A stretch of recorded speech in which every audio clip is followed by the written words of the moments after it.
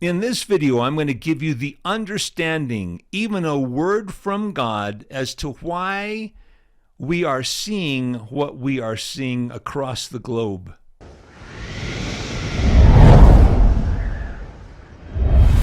If you want a fast-paced video, that is not this, though there is going to be some crazy information I'm going to give you.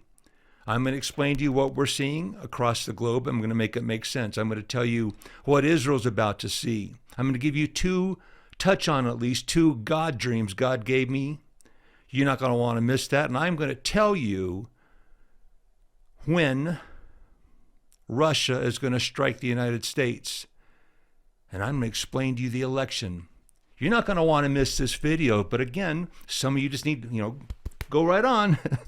You don't want to miss this video, folks. And each video from here on is going to start to get pretty crazy. Listen to the definition of what God told me this year is.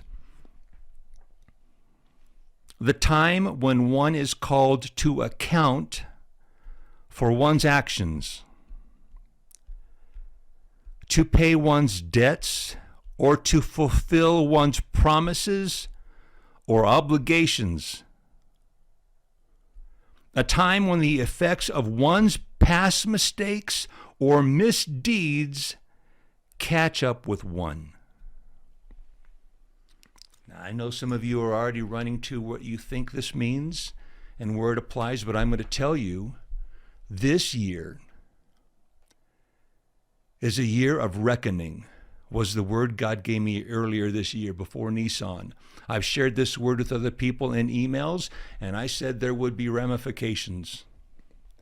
So I'll say it again. I'll read it one more time just so you understand, folks. And I know some of you, again, you're rushing to where this applies. Listen to me. It applies to everything, but it starts somewhere. A reckoning, a time when one is called to account for one's actions, to pay one's debts, or to fulfill one's promises or obligations. Some of us are obligated to do something. A time when the effects of one's past mistakes or misdeeds catch up with one.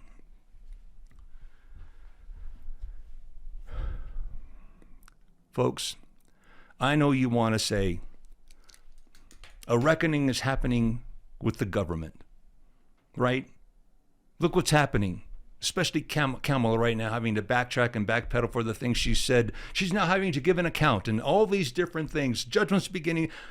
Folks, judgment does not begin in the government. This is going to hurt. Listen to me for a minute. This is going to bother me, and this, if anybody that has a heart whatsoever, is going to bother you too. The church. Judgment begins in the house of God. In the house of God. Not in the government. Not in Israel, though that's next. There's an order to this. I need you to hear me for a minute. I want to reiterate something that has been on my heart, and I've talked about it before, and I'm saying there's coming a sifting, and there is coming a sifting.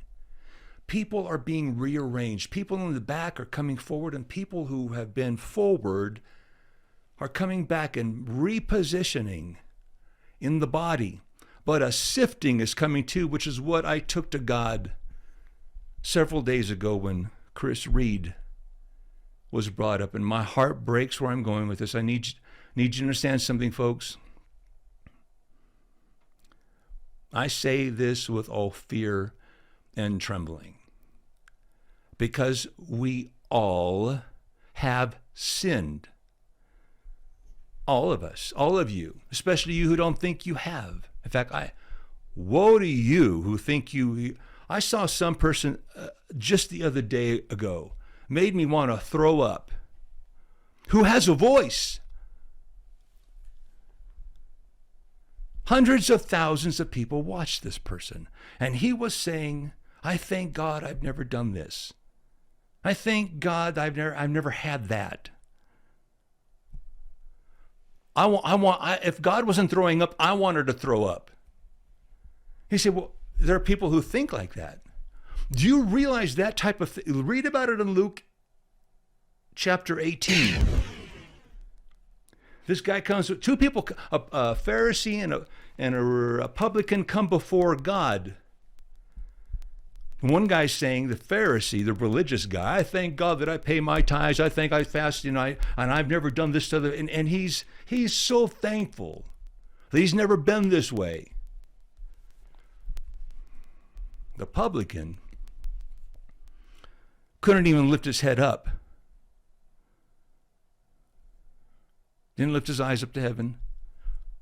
Oh.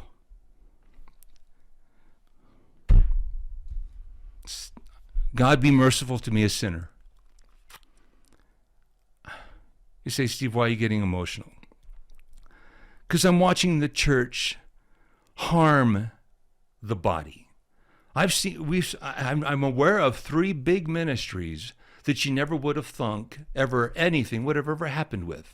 And the crazy thing about some of this is, some of this goes way back. One minister who massive church, been on TBN, I'm not going to name names. I think it was 45 years ago, accusations are coming up against the men.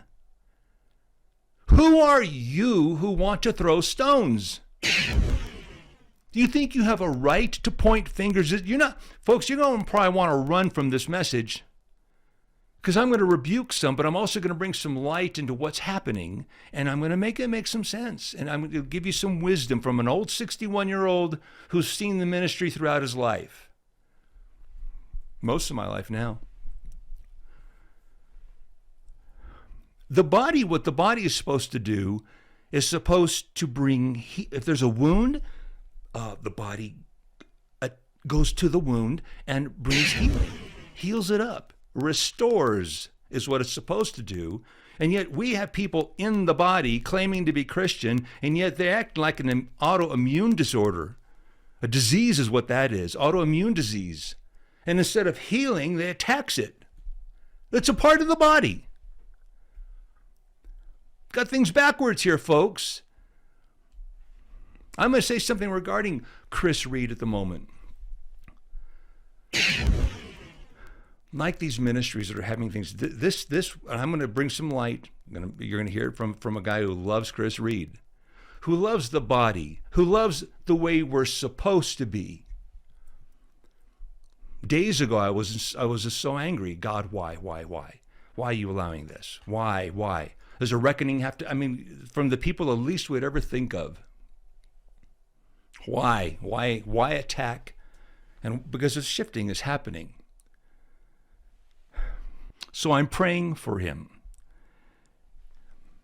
And I want to pose to you who want to throw stones and point fingers, who think you're so perfect. I'll say it one more time. Listen to me before I explain. You all sin. Everybody has a problem. Or you're done with, and God's done with you. You can go to heaven right now. You all have issues. Every one of us has an issue. So it may not be something over here and maybe something over there, and you're struggling with this where somebody else is struggling with that. There's all these various different things that we're all struggling with. None of us are perfect, folks. None of you. And the issue in prayer came down to this: has God forgiven him? That's a big question, isn't it? I mean, you want to act like he's still an outcast. God hasn't forgiven him. If he hasn't taken it to God in prayer, and then that's maybe another story. Better get right. But has God forgiven Chris? I mean, this was several years ago that this happened. The board even of Morning Star, I'm going to give you some details. I want to show you what I think happened in love. And so that you understand something, because I'm going to take this. I'm going to give you some wisdom here, folks. So has God forgiven him? Seems like he has. In fact, I would argue that he has. In fact, I think I can show you that he has forgiven him. And if God has forgiven him, then what are you doing? Who are you? Who are we not to forgive a brother? He's having dreams. He's having visions. The gifts are operating and they're working. He had an angel, at least I think maybe two, but at least one angel visitation. Get a load of this. Listen to me carefully. You think God doesn't forgive? Angels just don't go out, folks, operating on their own. They are sent by God. You hear me? They're sent. So either God forgot the problem he should be having with Chris, or he's been forgiven. And here's another point I want to bring out. The message that the angel gave him was to the world, which makes Chris a what? You have any angels? How many of you had a real angel visitation? I'll talk about that in a second. But how many of you have had an angel visitation? What's your prophecies? To the world? If it's really an angel visitation and it's to the world, I'm going to say you're either prophetic or you're a prophet. And that's where I'm going to take this. I want you to hear something. A rebuke came at him. Let me backtrack for a second.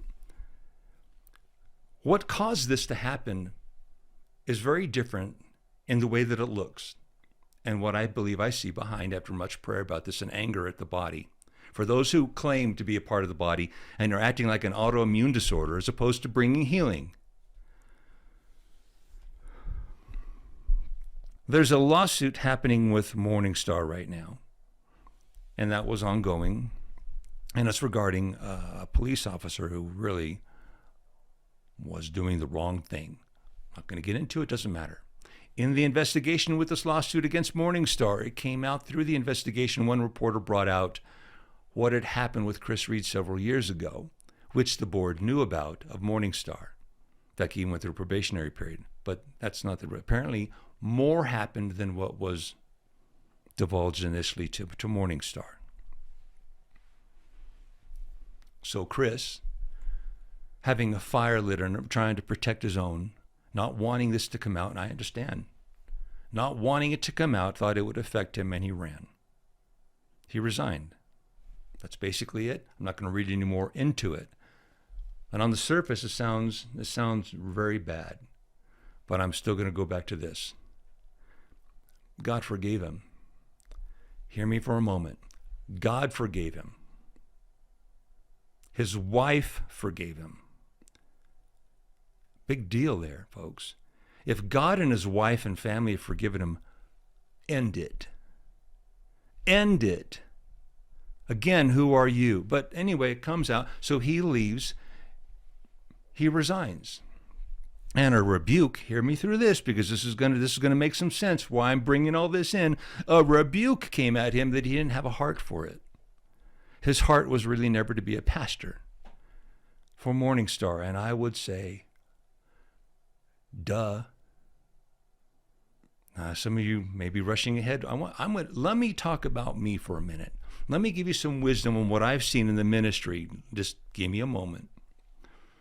Every single time in my life since the age of 20, and I've been in ministry since a teenager, preaching the gospel, doing just about everything you can think of. I've seen it, been in it, but it was never full time. However, I had a business that kept evolving. It kept going from one plateau to another. You wonder why? Listen to me. I was given 30% of my income throughout my life. 30% to the gospel. Not bragging, trying to show you something. Listen, every time I'd hit a plateau, and there would be this change that would happen. And I would fight tooth and nail. I'd leave scratch. I thought God was judging me. If you were to look at it, you'd say God was judging the man. Until you got to the next stage. Then in retrospect, you could see.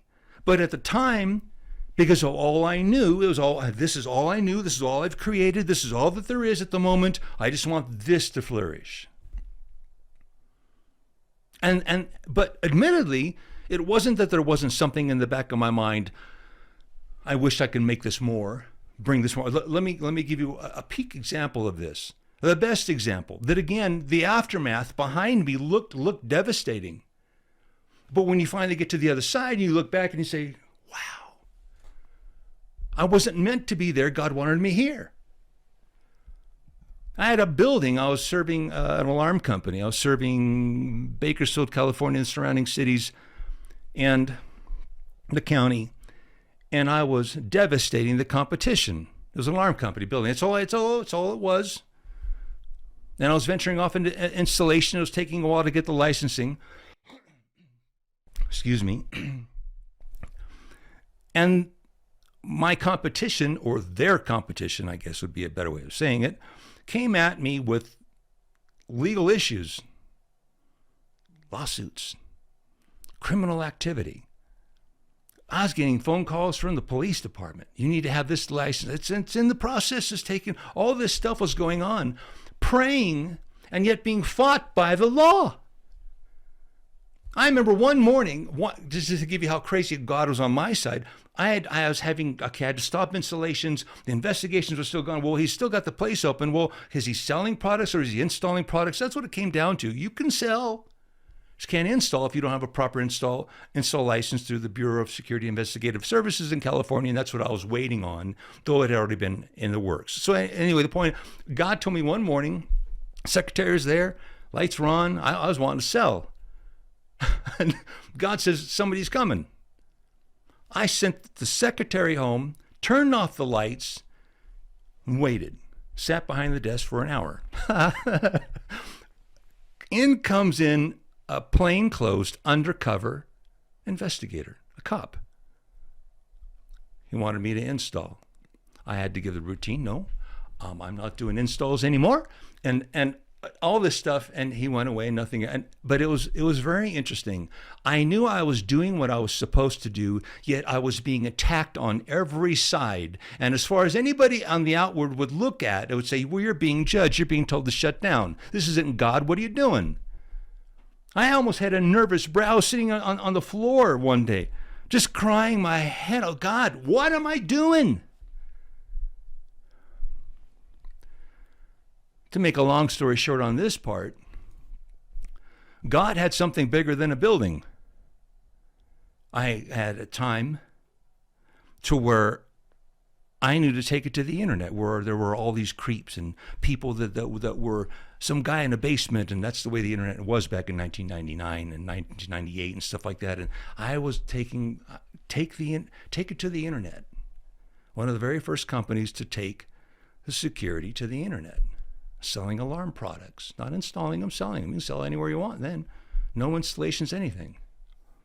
I want that. My company want to just, of course. Giving, this is what kept why one plateau to the next, making tens and tens of millions of dollars. I was kind of rebuked from my accountant. You spent in the last 3 years $2.4 million that you yourself have spent that you have to pay taxes on. Because if you have a corporation, which I did, you can hide everything if you want. You can get, it's amazing. You can buy a car, everything can become the corporation. You don't have to spend any taxes on it. So I had to, we got to now pay another $700,000 just because you want to go around spending the way you are.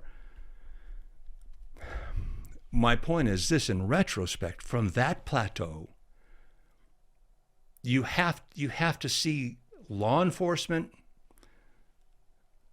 lawsuits, judgment, not judgment.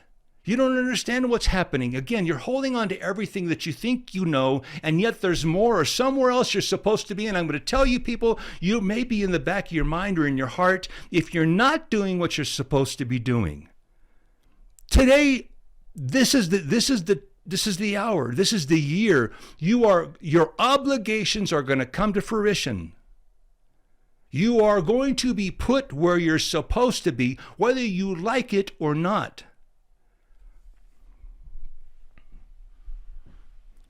In the end, when it came to my company, God, because I was doing part-time ministry, never full-time. Again, to the very end. Listen to that. Listen, again, through a battlefield of warfare against my ex. This is over 20 years ago. God wanted to put me here. Didn't matter how much I gave. I went ballistic. 30-day fast, 40-day fast, praying, giving. He thought 30%. Oh no, I was giving a house and cars and you name it. I was giving because I needed to continue to prosper, and yet God was taking away my company. I know this isn't going to make any sense to some of you because you're not going to see this. God pulled the rug out from underneath me. In retrospect, I can see exactly where he did this, he did that. So there were certain miracles in there that made no sense other than today. And you can say, well, that must be God. That has to. What did God want? He wanted full-time ministry. No more part-time nonsense. Well, it was doing different. Whatever God wanted me. By the way, I got a word I want to tell you. Some of you people who, ministers and pastors who have churches and are worried about bringing in evangelists that may have a different message. And you listen to me real quick, just real quick. This is sidestepping, but I need you to hear it. You're worried about the evangelist coming in. If it's a seasoned evangelist, they're not going to upset your doctrine. They're not going to get off into baptism in Jesus' name, or the Father, Son, and the Holy Spirit, or do you dunk, or do you sprinkle, or is the oneness of the Trinity and mid, pre, post? They don't get into that. I mean, hopefully you do believe in a rapture. They'll stick with the basic fundamentals. There'll be a rapture. Doctrine's up to the pastor. So why bring them in? Because what does an evangelist do? A seasoned evangelist is going to come in, stick with the basic fundamentals. You can have all the doctrine you want, but as long as you got the basic fundamentals, Jesus saves. Jesus heals. Oh, that's an amazing one, especially when the word of knowledge works and the gifts of healing work, and you're going to see miracles happening. People, your church will fill up without any worry about your doctrinal walls that you have. That's a seasoned evangelist. And I don't know how many times I ran into that. Don't talk about this. I don't care about any of that. I care about moving in the gifts of the Spirit, watching God fill your church up to the point to where you don't want the evangelist to leave. Anyway, that's that. Come on, people. Some pastors, don't worry about it. Revival will come if it's a good evangelist. Anyway, that aside, in the end, God put me here through hell and high water and every kind of warfare you could think of, because this is really in the end where I needed to be. And I want to relate this to what's going on right now. There's a sifting and a shifting going on, and it's a year of reckoning which goes all the way to next NISAN. Let me give you another example. My former pastor, Danny Davis, probably watching right now. Anyway, he watches some of my videos. By the way, Danny, you did a video. My wife watched it just a week ago, whatever. It was the same message I did last time. I promise you, you were saying the same thing I was saying. Use the same news report. I did not watch your message. I would never steal your messages, not without giving you credit. I'll do that. Say that. I didn't have anything. This is the same message. I thought it was kind of funny. No, okay, that was between me and if you're even watching. I think you are. Anyway, the point is, Danny, and I'm not going to want to speak for you, Danny, but this is what you told me, and I know you went through this. I was going to Danny's church about the age of 19, 20 years old. He had a flourishing church, doing great.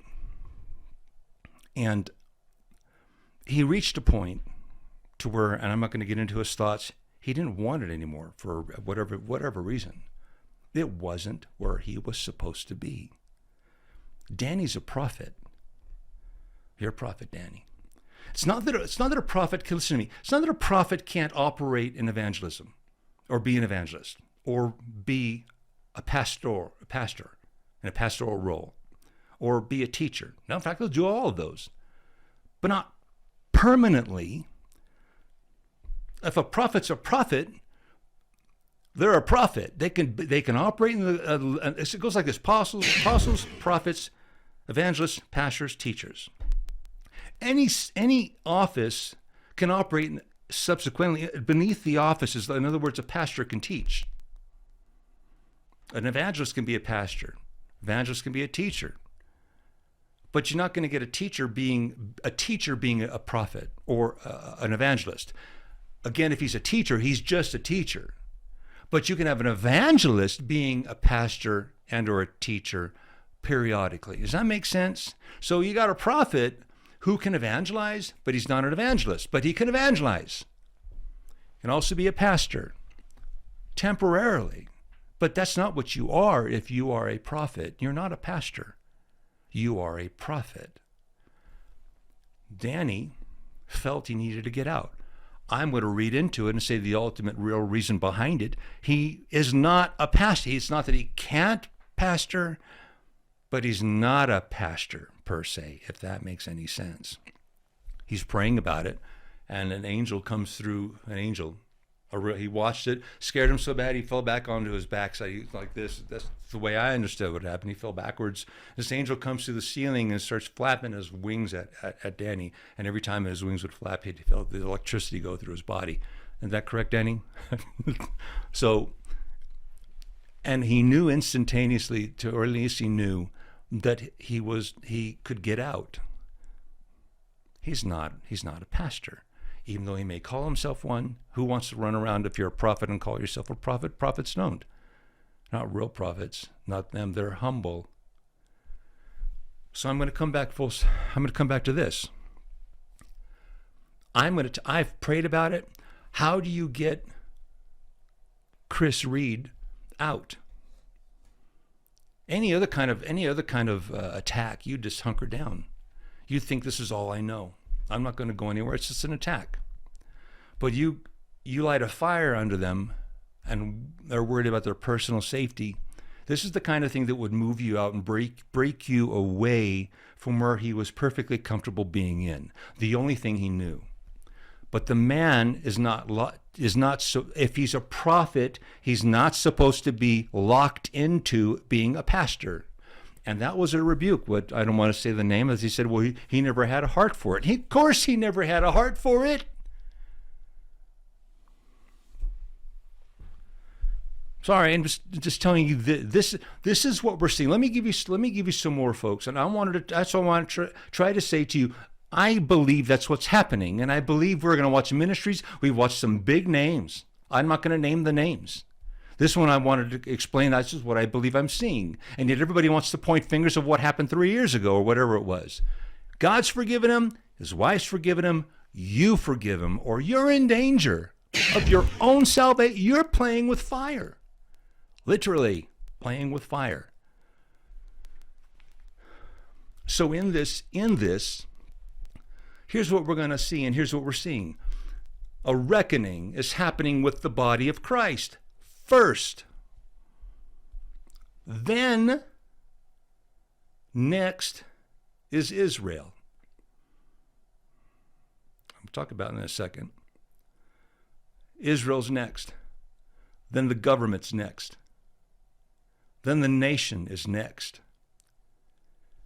In my prayer regarding Chris, as I was angered throughout the day, the way the church was acting, or those who say they're Christian, apparently, according to, if you're going to act that way, I'm so thankful that I don't do this and I don't do that. You're going to make God want to vomit. I was praying about, how does this stop? This has to end. And I was reminded of a couple dreams that I had. One in particular. Now, this is a dream it's an end time dream. Hear me for a moment. It's an end time dream. I never gave it to you guys. I never wanted to talk about it because it was personal to me, but yet there's something you can extrapolate from it. It's regarding the end time. Here's what you're about to see. Let me give you the extrapolation of it.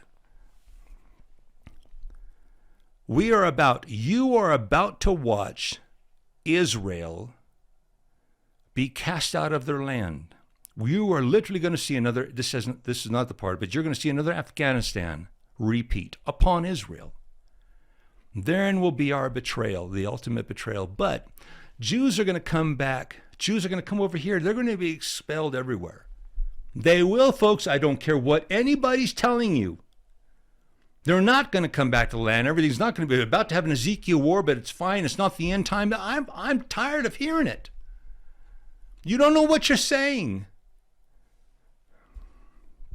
The Ezekiel war is one war. Joel, one war. In fact, it's the same war. Just different details given to the same end. I'm not going to talk about it this video, but some of you don't know what you're saying. It's one war to the same end. Anyway, the Jews are going to be coming here. by the thousands, which is why the hatred, they're about to be expelled out of their land, why the hatred's happening worldwide, because Satan's trying to cover his bases. He's going to make sure that there's hatred doing it, and the Jews are going to come to the only arms that are going to be open in the United States, for the most part, either Republicans and or Christians and churches. And it's not going to be distinguishable against those who hate. Are you hearing from me for a minute? You say, how does this relate to Chris Reed? The sifting doesn't stop. The judgment in the house of God doesn't stop. Just because it all of a sudden now it hits Israel doesn't mean this judgment in the house of God has quit. When it hits our elections and the government, judgment hasn't quit in the house of God yet. When it hits our nation, it hasn't stopped in the house of God yet. Or any of the rest yet. Until the end. Are you understanding what I'm trying to tell you? This keeps continuing. And there's going to be a sifting. And as I saw in prayer, and it reminded me of a dream that I had a decade ago. There was a God dream, if there ever was a God dream. For a short period, we are coming to a point where we Christians are going to be forced back into the house of God for a period of time, a short period of time, though that eventually is attacked. But in the process, the good news, what I was reminded of, is the sifting. You fake YouTube prophets who can prophesy to the world, but can't prophesy to a fly. No word of knowledge for anybody personal, but you know exactly what's going to happen worldwide. You don't operate in any gifts at all. And the body, when we come to this, back to the church, in church buildings, are going to know, they're going to sniff you out. Your simple intellect of trying to figure out what's going to happen next is going to be stripped from you, and it will be recognized not as a gift from God. No gifts are going to flow through you. Prophets operate in all 9 gifts. We have forgotten as a church what a prophet is. Well, they'll be reminded when you can't. No healings through you. No word of knowledge. No, you've seen this or that. Other than maybe what they're dressed in. God shows me you're dressed in blue jeans and a jacket. And you're about to look at me funny. That's what's going to happen. We're going to understand and sniff out that these aren't the gifts. It's stupid. But thank God, the wolves that are harming the body, which is in a message to come, are going to be recognized. And you're either going to repent or you're going to be kicked out. Plain and simple. But listen to me, more on my dream. Well, what happens after the buildings are being burnt down? Church buildings are going to be burnt down. We're not going to be meeting in buildings. We're going to be in homes for another period of time until they get burnt down. This is the part of my dream. It's a personal dream. I saw the end. Everything's dark. I was being driven by an angel. A powerful dream. A decade ago, I had this. The church ends up in homes, folks, underground. And you fakes that will still be being sifted will either by then have repented or you're going to look really dumb, especially with some of the things that are being said right now.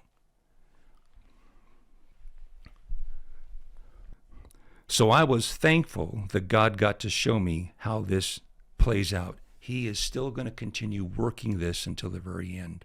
Let me give you something else. I had a dream here just a week ago. Some of you wouldn't even recognize this as a God dream, and I'm going to tell you it's a God dream. It doesn't make any sense to anybody except I knew when I woke up what it meant. It's no point in me putting this even as a dream video. I'm just going to tell you. I'm going around and around. Actually, I'm just going and going and going and going, and I come back around full circle where I started. I knew the interpretation. We are now back at the beginning of where this message starts. the beginning of the graph.